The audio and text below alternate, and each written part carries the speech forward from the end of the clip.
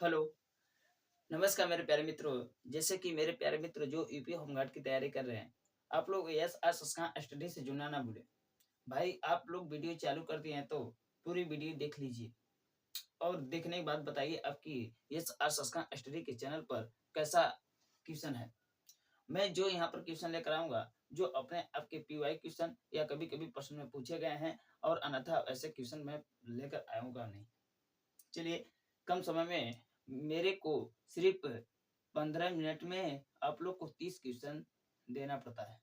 मैं इतने समय के लिए आता हूँ, आप लोग कम समय में ज़्यादा क्वेश्चन एकत्रित कीजिए और जितना क्वेश्चन अच्छे से नोट कीजिए, उसको बार-बार रिवाइज़ करने से ही सिलेक्शन होता है। जैसे हम पढ़ेंगे नि जो नीति निर्देशक तत्व के कुछ महत्वपूर्ण अनुच्छेद हैं।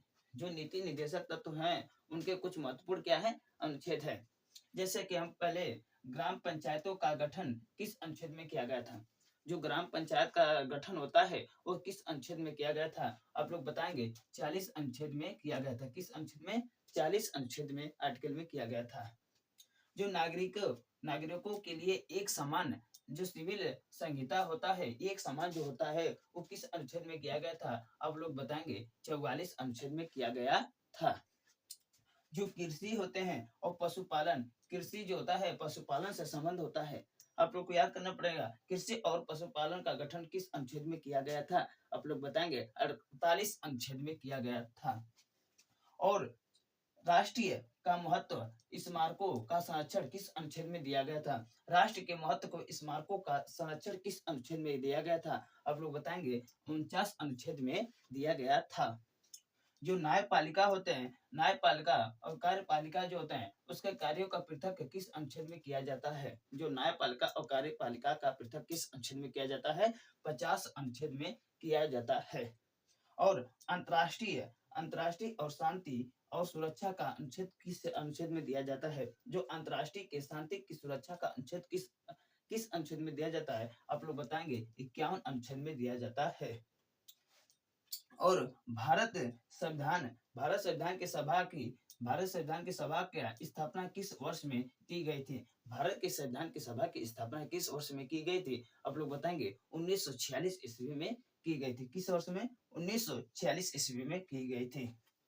और भारत के संविधान के अनुसार भारत सरकार के कितने अंग होते हैं? आप लोग से पूछ रहे हैं भारत के संविधान के कितने अंग होते हैं? आप लोग बताएंगे 3 अंग होते हैं। कौन कौन? विधायिका जो होता है, कार्यपालिका और न्यायपालिका होते हैं। विधायिका, कार्यपालिका, न्यायपालिका, ये 3 अंग होते हैं। जैसे कि मैं रोजाना 4 और 5 गो अनुच्छेद के प्रश्न लेकर आऊँ, क्योंकि इस ऐसे आप लोग को अनुच्छेद पूरा कंप्लीट भी हो जाए, क्योंकि जब अनुच्छेद में से प्रश्न पूछे आप लोग का क्वेश्चन छूटे न।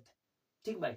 जैसे ग्राम पंचायतों का गठन किस अनुच्छेद में? 40, नागरिकों का 44, कृषि का 48, राष्ट्रीय अनुच्छेद का 49, कार्यपालिका और न्यायपालिका का 50, अंतर्राष्ट्रीय शांति का 51। भारत के संविधान की स्थापना किस वर्ष में की गई थी? 1946 ईस्वी में। भारत संविधान के अनुसार में कितने अंग होते हैं? आप लोग बताएंगे 3। कौन कौन? विधायिका और कार्यपालिका और न्यायपालिका। ठीक, आप लोग नोट कीजिए।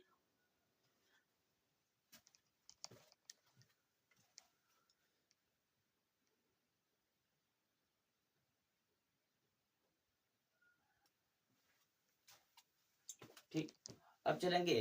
जैसे कि मैं 8 क्वेश्चन जो पॉलिटिक्स से लाया था, जो संविधान से प्रश्न थे अनुच्छेद से, और हम यह भौतिक विज्ञान होते हैं ना, उसके भौतिक विज्ञान भौतिक विज्ञान से 1 2 3 4 5 6 7 8 9 भौतिक विज्ञान से 9 प्रश्न है, जो पीवाई के क्वेश्चन के अनुसार होते हैं और जो इम्पोर्टेंट है भाई। आप लोग बस देखें और यस आज संस्कार स्टडी को चैनल को जल्द से जल्द आप लोग लाइक कीजिए। जिनको ऐसे ऐसे क्वेश्चन नहीं मिल पा रहे हैं, जो इम्पोर्टेंट क्वेश्चन है, आप कम समय में ज्यादा से ज्यादा क्वेश्चन रिवाइज करने के लिए यस आज संस्कार स्टडी से जुड़े। ठीक भाई। क्योंकि जो वेग होता है, वेग का मात्रक क्या होता है? वेग का मात्रक क्या होता है? आप लोग बताएंगे मीटर सेकेंड होता है। वेग का मात्रक क्या होता है? मीटर सेकेंड होता है। सेकेंड होता है। वेग का मात्रक क्या होता है भाई? मीटर सेकेंड होता है। और भौतिक राशियां हेड क्या रहेंगे? भौतिक राशियां और ये जो एसआई मात्रक होते हैं उनके जो चाल चाल का भौतिक ऐसे प्रश्न ऐसे पूछेंगे, चाल का भौतिक राशियां क्या होती हैं, आप लोग बताएंगे मीटर सेकेंड होते हैं। चाल का भौतिक राशियां क्या होते हैं, मीटर सेकेंड होते हैं। और त्वरण का भौतिक राशियां क्या होते हैं, आप लोग बताएंगे मीटर सेकेंड स्क्वायर होते हैं। और आवेग का भौतिक राशियां क्या होती हैं, आवेग की भौतिक राशियां न्यूटन न्यूटन और सेकेंड होते हैं। और पृष्ठ तनाव की भौतिक राशियां क्या होती हैं, पृष्ठ तनाव भौतिक राशियां के क्या होते हैं, न्यूटन मीटर होते हैं। ऐसे प्रश्न पूछेगा। प्रश्न कैसे पूछेगा, देख लिए, जैसे चाल का मैं प्रश्न बना रहा हूं। जैसे भाई देखिए, चाल होता है, चाल की भौतिक भौतिक राशियां राशियां का एसआई मात्रक क्या होता है, क्या होता है, ऐसे प्रश्न पूछेंगे। मैंने कहा ना आप लोग को चाल को कैसे प्रश्न पूछेगा, चाल की भौतिक राशियां का एसआई मात्रक क्या होता है, आप लोग बताएंगे मीटर। चाल का क्या होता है, मीटर सेकेंड होता है। क्या होता है, मीटर सेकेंड। क्या होता है, मीटर सेकेंड होते हैं। ऐसे प्रश्न पूछे जाएंगे। और हम पढ़ेंगे वाट की इकाई क्या होती है, शक्ति होती है।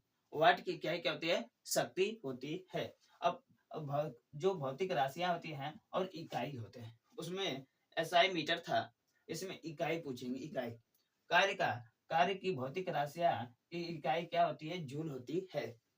प्रतिरोध जो होता है उसकी भौतिक राशियां की इकाई क्या होती है, ओम होता है। और संवेग जो होता है उसकी भौतिक राशियां इकाई क्या होती है, न्यूटन मीटर होता है। जो मेरे प्यारे मित्र, जो फिजिक्स के ये पहले चैप्टर से पीवाई क्वेश्चन के अनुसार कभी कभी ऐसे दो प्रश्न आराम से क्वेश्चन में मिल जाते हैं, जो तुरंत देखते हुए हमें ट्रिक करना पड़ता है। जब याद होता है तभी, नहीं तो अन्यथा इसमें इसलिए मिस्टेक ज्यादा होता है। क्योंकि metre second square, Newton second, Newton metre, इकाई जूल, इसमें गलत, इकाई वाले में सही हो जाएगा था। बाकी एसआई मीटर में क्या आता है, कंफ्यूजन से गलत हमेशा हो जाता है। कंफ्यूजन को दूर करने के लिए आप लोग बस इसको 2 बार 3 बार 4 बार पढ़ने का प्रयास कीजिए। जैसे कि आप लोग से प्रश्न कभी कभी पूछ देता है, Gateway of India, Gate of India, ये दोनों कंफ्यूजन प्रश्न होता है। जो गेटवे ऑफ इंडिया होता है वो बॉम्बे से प्रश्न होता है, और गेट ऑफ इंडिया जो होता है, गेट ऑफ इंडिया क्या होता है, दिल्ली से होता है। यह प्रश्न कभी कभी जो सेम क्वेश्चन दिखते हैं उनको ज्यादा से ज्यादा प्रश्न पूछने का प्रयास करता है। ठीक भाई, आप लोग इसलिए मीटर सेकेंड को बहुत अच्छे से ध्यान से देखिए और याद कीजिए।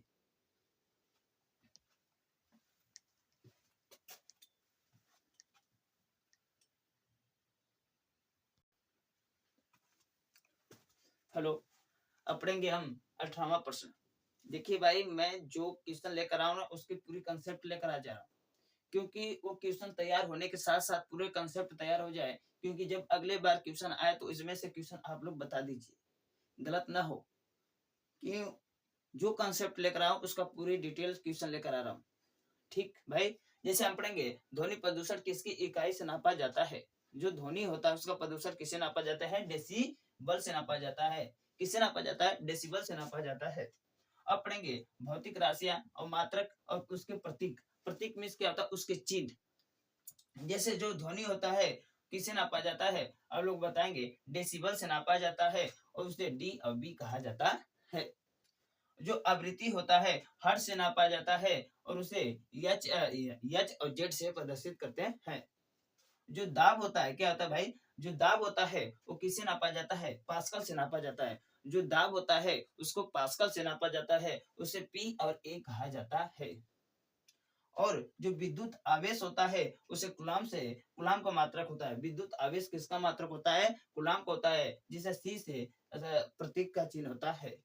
कार्य का मात्रक क्या होता है, कार्य का मात्रक जूल होता है, जिसे जे से प्रदर्शित करते हैं। जो तापमान होता है उसे केल्विन से कहा जाता है। तापमान का मात्रक क्या होता है, केल्विन होता है, जिसे के से प्रदर्शित करते हैं। ज्योति तीव्रता कैंडेला से होता है, जिसे सी डी कहा जाता है। विद्युत धारा का मात्रक क्या होता है, एम्पियर होता है, जिसे ए कहा जाता है। आप लोग मेरे प्यारे मित्र, इससे जितना आप लोग लिख सकते हैं लिखिए, क्योंकि इतने इंपॉर्टेंट क्वेश्चन आप लोग को बार बार देखने को नहीं मिलता है। जितना हो सके, जितना आप लिख सकते हैं लिखिए। मैं तो एक प्रश्न लेकर आ रहा हूँ, उसके पूरे क्वेश्चन क्योंकि डिटेल से क्यों लेकर आ रहा हूँ, क्योंकि आप लोग को जब दोबारा प्रश्न आए, इसमें से कोई भी एक प्रश्न बन के आए तो आप चुपचाप बता दीजिए। अब जैसे ध्वनि ये पूछे थे, ध्वनि के प्रश्न आए थे। अब आवृत्ति पूछ देगा, आवृत्ति की मात्रा क्या होती है। अब पूछे प्रश्न में पूछ देगा, क्या पूछेगा भाई, आवृत्ति की मात्रा क्या होती है। क्या पढ़े, आवृत्ति, आवृत्ति का मात्रक इकाई क्या होती है, क्या होती है। आप लोग से प्रश्न पूछ देगा, आवृत्ति का मात्रक इकाई क्या होती है, तो आप लोग क्या बताएंगे, क्या हर्ट्ज होती है, हर्ट्ज। जो इसका प्रदर्शित अंक क्या आता है, प्रतीक क्या आता है, एच और जेड होता है। ऐसे ऐसे प्रश्न पूछेंगे, आप लोग तुरंत तुरंत बता देंगे, जब याद रहेगा तब। ठीक भाई, कोई दिक्कत नहीं।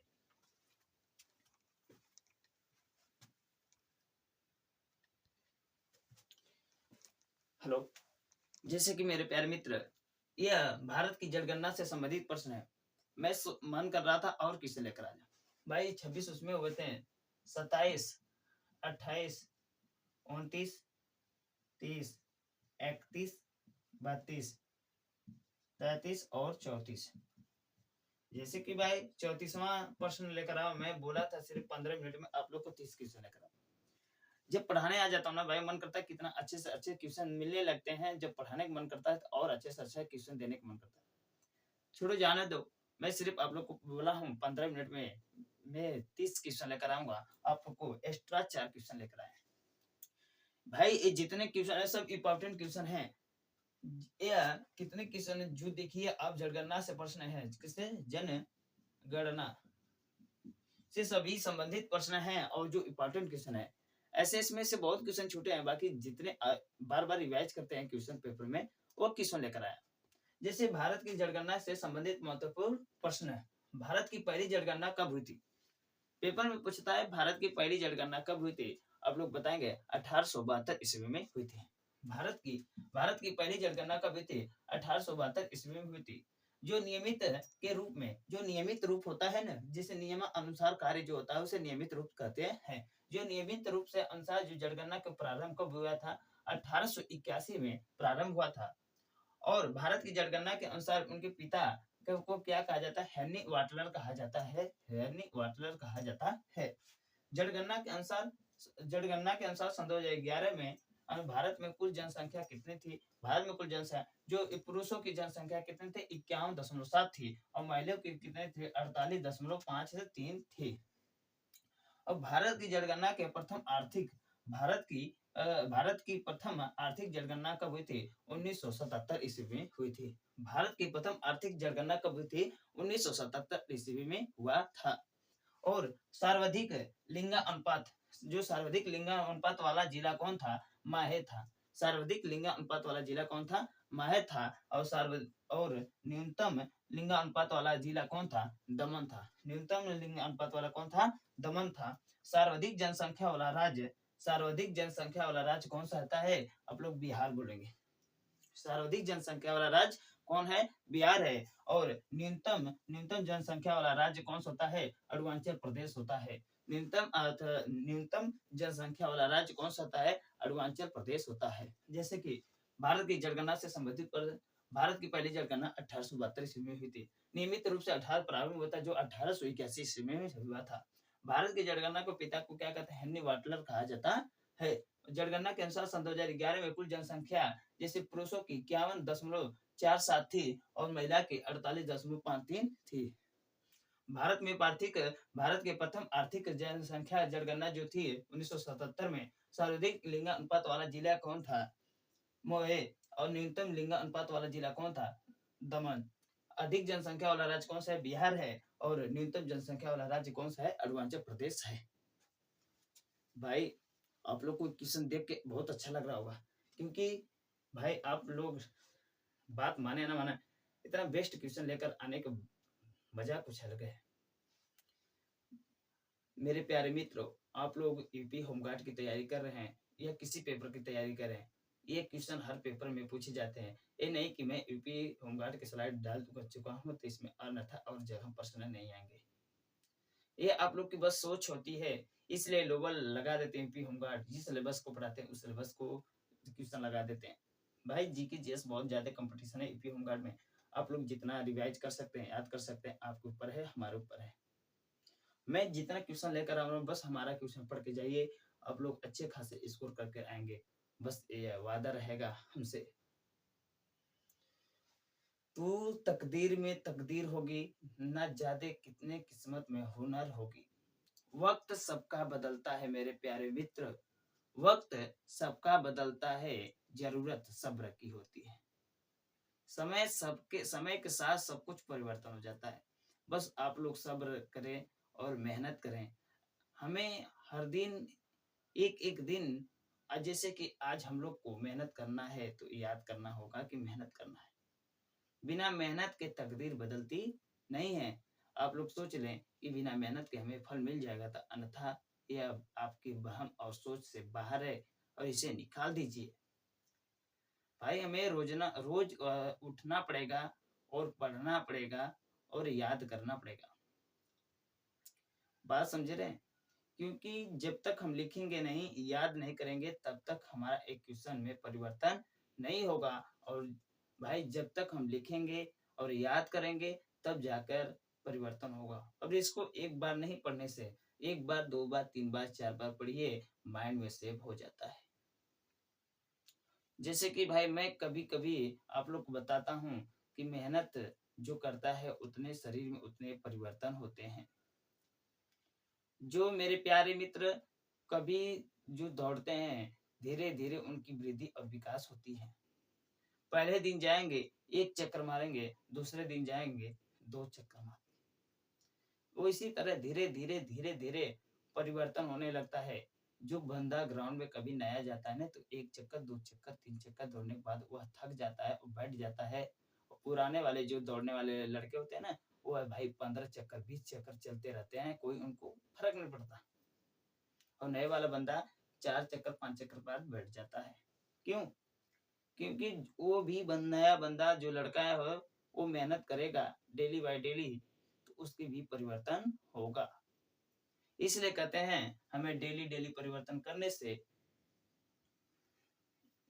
विकास होता है। हमें एक दिन इसको बार बार पढ़ने से हमें याद हो जाएगा। ठीक है ना? आप लोग जितना लिख सकते हैं, पढ़ सकते हैं, आप लोग के लिए फायदेमंद होंगे। यह का स्टडी 15 से 20 मिनट के बीच में आता है। आप लोग को कम कम समय में 30 से 35% क्वेश्चन देकर चला जाता है। ठीक भाई?